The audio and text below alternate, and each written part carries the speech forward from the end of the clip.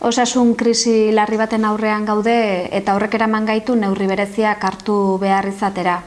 Jakina danez konfinamendu egoeran gaude eta kezka eragiten digu hainbat herritarrek bizi dezaketen egoerak. Alde batetik oinarrizko lehengaiak eskuratzeko izan ditzaketen zailtasunak eta bestetik harreman sozialik gabe jasan dezaketen isolamenduak.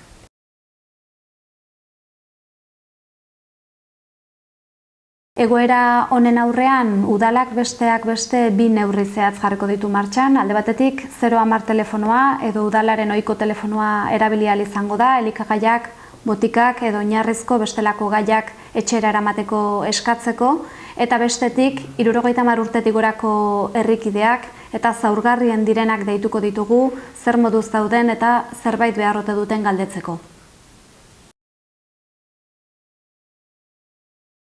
Bi ekimen hauek martxan jartzeko beharrezkoa zaigu bi eratako lanak antolatzea, alde batetik deiak egin eta jasotzeko lana, eta horretarako beharrezkoa izango dugu lan boluntarioa.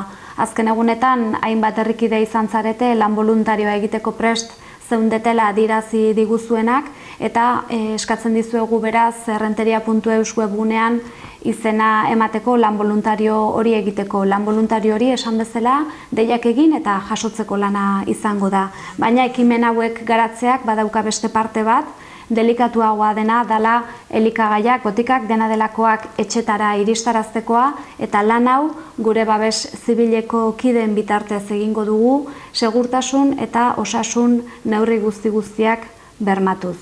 Egoera konplexua eta zaila bizi dugu, baina ziur nago guztion konpromisoari eta lankidetzari esker egoera honetatik indartuta aterako garela.